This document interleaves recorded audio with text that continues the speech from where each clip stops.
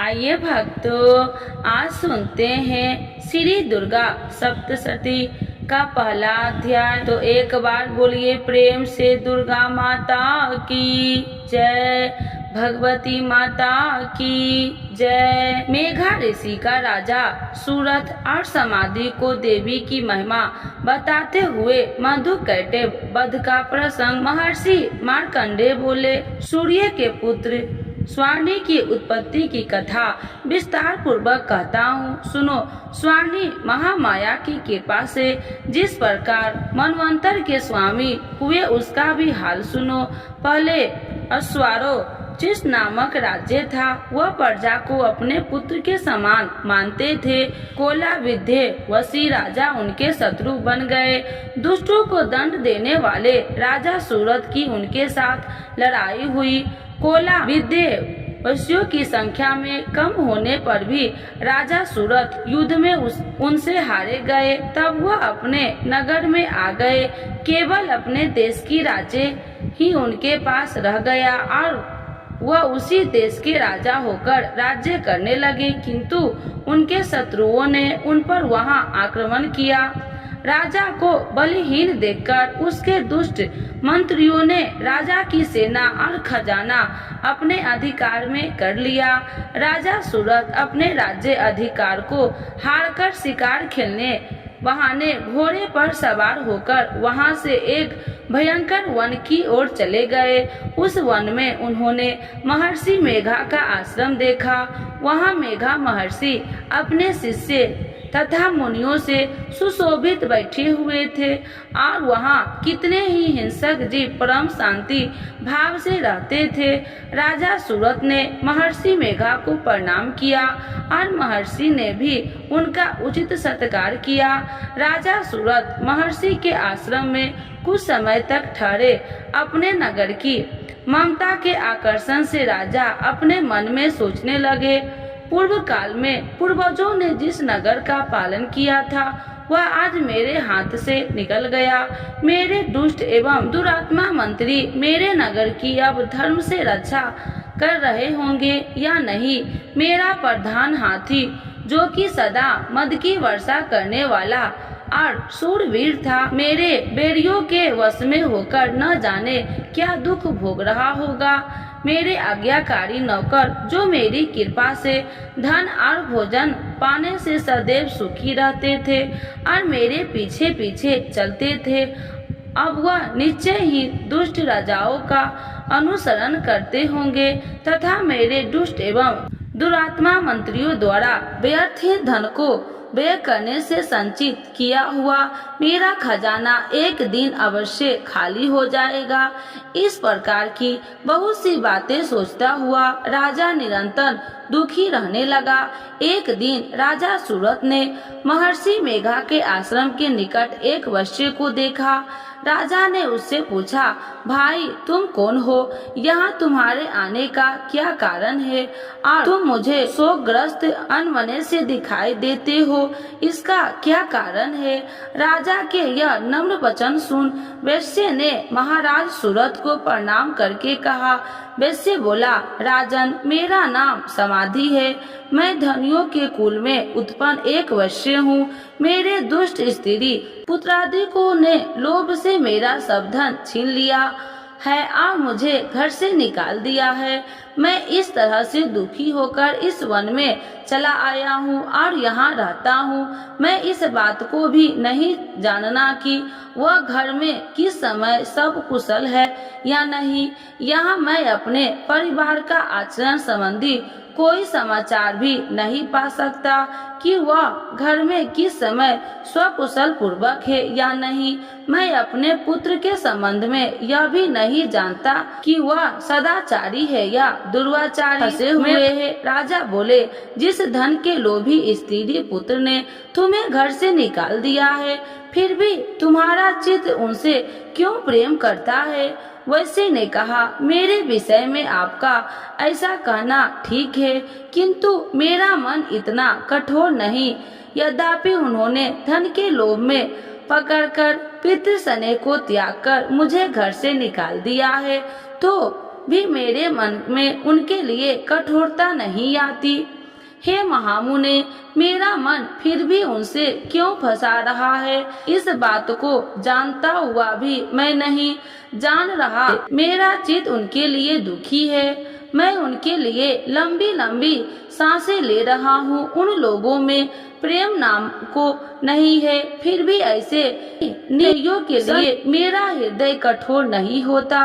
महर्षि मार्कंडेय ने कहा, हे ब्राह्मण, इसके पश्चात महाराजे सूरत और वह वैश्य दोनों महर्षि मेघा के समीप गए और उनके साथ यथोथा योग्य अनार्य संभाषण करके दोनों ने वार्ता प्रारंभ किया। राजा बोले, हे भगवान, मैं आपसे एक बात पूछना चाहता हूँ, सो आप कृपा करके मुझे बतलाइए। मेरा मन अधीर नहीं है, इससे मैं बहुत दुखी हूँ। मुझे रणधिक की चिंता अभी तक मुझे बनी हुई है और मेरी यह ममता अज्ञानियों की तरह बढ़ती ही जा रही है। और यह समाधि नामक वैश्य भी अपने घर से अपमानित होकर आया है। इसके स्वजनों ने भी इसे त्याग कर दिया है। स्वजनों ने त्यागा हुआ भी यह उनसे हार्दिक प्रेम रखता है। इस तरह हम दोनों ही दुखी है। हे महाभाग, उन लोगों के अवगुणों को देखकर भी हम दोनों के मन में उनके लिए ममता जनित आकर्षण उत्पन्न हो रहा है। हमारे ज्ञान रहते हुए भी ऐसा क्यों है? अज्ञानी मनुष्यों की तरह हम दोनों यह मूर्खता क्यों है? महर्षि मेघा ने कहा, विषम मार्ग का ज्ञान सब जंतुओं को है। सबों के लिए विषम पृथक पृथक होते हैं। कुछ प्राणी दिन में नहीं देखते और कुछ रात को, परंतु कई जीव ऐसे हैं जो दिन तथा रात दोनों में देख सकते हैं। यह सत्य है कि मनुष्य में ज्ञान प्रधान है, किंतु केवल मनुष्य की ज्ञानी नहीं होता। पशु पक्षी आदि भी ज्ञान रखते हैं। जैसे यह पशु पक्षी ज्ञानी है, वैसे ही मनुष्य का ज्ञान है, और जो ज्ञान मनुष्य में वैसे ही पशु पक्षी में है, तथा अन्य बातें भी दोनों में एक जैसी पाई जाती है। ज्ञान होने पर भी इन पक्षियों की ओर देखो कि अपने भूख से पीड़ित बच्चों की चोंच में कितने प्रेम से अन्न के दाने डालते हैं। हे राजन, ऐसा ही प्रेम मनुष्य में अपनी संतान के प्रति भी पाया जाता है। लोभ के कारण अपने उपकार का बदला पाने के लिए मनुष्य पुत्रों की इच्छा करते हैं और इस प्रकार मोह के गड्ढे में गिरा करते हैं। भगवान श्री हरि जो माया है, उसी से यह संसार मोहित हो रहा है। इसमें आश्चर्य की कोई बात नहीं है, क्योंकि वह भगवान विष्णु की योग निद्रा है। यह माया ही तो है जिसके कारण संसार मोह में जकड़ा हुआ है। यही महामाया भगवती देवी ज्ञानियों की चित्त को बलपूर्वक खींचकर मोह में डाल देती है और उसी के द्वार संपूर्ण जगत की उत्पत्ति होती है। यह भगवती देवी प्रसन्न होकर मनुष्य को मुनि प्रदान करती है। यही संसार के बंधन का कारण है तथा संपूर्ण ईश्वरों के भी स्वामिनी है। महाराज सूरत ने पूछा, भगवान, वह देवी कौन सी है जिसको आप महामाया कहते हैं? हे ब्राह्मण, वह कैसे उत्पन्न हुई है और उसका कार्य क्या है? उसके चरित्र कौन कौन से हैं? प्रभु, उसका जैसा प्रभाव हो, जैसा स्वरूप हो, वह सब ही कृपा करके मुझसे कहिए, मैं आपसे सुनना चाहता हूँ। महर्षि मेघा बोले, राजन, वह देवी तो नित्य स्वरूपा है। उसके द्वारा यह संसार रचा गया है, तभी भी उसकी उत्पत्ति अनेक प्रकार से होती है। वह सब आप मुझसे सुनो। वह देवताओं के कार्य सिद्ध करने के लिए प्रकट होती है। उस समय वह उत्पन्न हुई कहलाती है। संसार को जलमय करके जब भगवान विष्णु योग निद्रा का आश्रय लेकर शेष शैया पर सो रहे थे, तब मधु कैटव नाम के दो असुर उनके कानों के मैल से प्रकट हुए और वह श्री ब्रह्मा जी को मारने के लिए तैयार हो गए। श्री ब्रह्मा जी ने जब उन दोनों को अपनी ओर आते देखा तो यह भी देखा कि भगवान विष्णु योग निद्रा का आश्रय लेकर सो रहे हैं। तो वह उस समय श्री भगवान को जगाने के लिए उनके नेत्र में निवास करने वाली योग निद्रा की स्तुति करने लगे। श्री ब्रह्मा जी ने कहा, हे देवी, तुम ही स्वाहा, तुम ही स्वाधा और तुम ही वष्टकार हो। स्वर भी तुम्हारा ही है, स्वरूप है। तुम ही जीवन देने वाली सुधा हो। नित्य अक्षर प्रवन में आकर उकार मकार इन तीनों में माताओं के रूप में तुम ही स्थिर हो। इनके अतिरिक्त जो बिंद पद अर्थ मात्र है, जिसका कि विशेष रूप से उच्चारण नहीं किया जाता, हे देवी, वह भी तुम ही हो। हे देवी, संध्या सावित्री तथा परम जननी तुम ही हो। तुम इस विश्व को धारण करने वाली हो।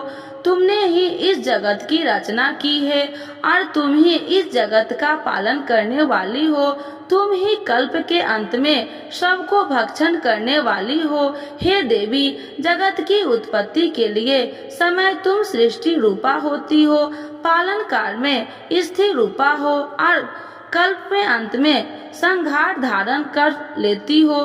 तुम ही महाविद्या, महामाया, महामेघा, महारात्रि और मोहरात्रि हो। श्री ऐश्वरी और बोध स्वरूपा बुद्धि भी तुम ही हो।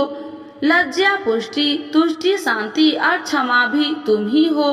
तुम खड्ग धारणी, शूल धारणी, घोर रूपा तथा गंदा, चक्र, शंख और धनुष को धारण करने वाली हो। भुसुंडी और परिघ, यह भी तुम्हारी ही अस्त्र है। तुम शोभ्य और शोभ्यतर हो। यही नहीं बल्कि जितनी भी शोभ्य तथा सुंदर वस्तुएं इस संसार में है, उन सबसे बढ़कर सुंदर तुम हो। पर और अपर सबसे पर रहने वाली सुंदर तुम ही हो। हे सर्व स्वरूपनी देवी, जो भी सशक्त पदार्थ है उनमें जो शक्ति है वह तुम ही हो। ऐसी अवस्था में भला तुम्हारी स्तुति कौन कर सकता है। इन संसार की सृष्टि, पालन और संहार करने वाले जो भगवान है, उनको भी जब तुमने निद्रा की वशीभूत कर दिया है, तो फिर तुम्हारी स्तुति कौन कर सकता है। मुझे भगवान विष्णु तथा भगवान शंकर को शरीर धारण कराने वाली तुम ही हो। तुम्हारी स्तुति करने की शक्ति किसमें है। हे देवी, तुम तो अपने इन उदार प्रभावों के कारण ही प्रशंसीय है। मधु और कैटव को, जो भयंकर असुर है, उन्हें मुंह में डाल दो और श्री हरि भगवान विष्णु को भी जल्दी जगा दो। उनमें इनको मार डालने की बुद्धि भी उत्पन्न कर दो। महर्षि मेघा बोले, हे राजन, जब श्री ब्रह्मा जी ने देवी से इस प्रकार स्तुति करके भगवान को जगाने तथा मधु कैटव को मारने के लिए कहा, तो वह भगवान श्री विष्णु के नेत्र, मुख, नासिका, बाहु, हृदय और अक्षय स्थल से निकलकर ब्रह्मा जी के सामने खड़ी हो गई। उनका ऐसा करना था कि भगवान श्री हरि तुरंत जाग उठे और दोनों असुरों को देखो, जो कि अत्यंत बलवान तथा पराक्रमी थे, और मारे क्रोध के, जिनके नेत्र लाल हो रहे थे और जो ब्रह्मा जी का वध करने के लिए तैयार थे। तब क्रुद्ध होकर उन दोनों दुर्वात्मा असुरों के साथ भगवान श्री हरि पूरे 5000 वर्ष तक लड़ते रहे। एक तो वह अत्यंत बलवान था, पराक्रमी थे, दूसरे महामाया ने भी उन्हें मुंह में डाल रखा था। अतः वह भी श्री भगवान से कहने लगे कि हम दोनों तुम्हारी वीरता से अत्यंत प्रसन्न है, तुम हमसे कोई वर मांगो। भगवान ने कहा, यदि तुम मुझ पर प्रसन्न हो तो अब तुम मेरे हाथों से मर जाओ। बस इतना सा ही वर मैं तुमसे मांगता हूँ, यहाँ दूसरे वर से क्या प्रयोजन है। महर्षि मेघा बोले, इस तरह से वह जब धोखे में आ गए और अपने चारों ओर जल ही जल देखा, तो भगवान श्री हरि से कहने लगे, जहाँ पर जल न हो, सूखी जमीन हो, उसी जगह हमारा वध कीजिए। महर्षि मेघा कहते हैं कि तथास्तु कहकर भगवान श्री हरि ने उन दोनों को अपनी जांघ पर लिटाकर उन दोनों के सिर काट डाले। इस तरह से यह देवी ब्रह्मा जी के स्तुति करने पर प्रकट हुई थी। अब तुमसे उनके प्रभाव का वर्णन करता हूँ, सो सुनो। तो एक बार बोलिए प्रेम से दुर्गा माता की जय, भगवती माता की जय।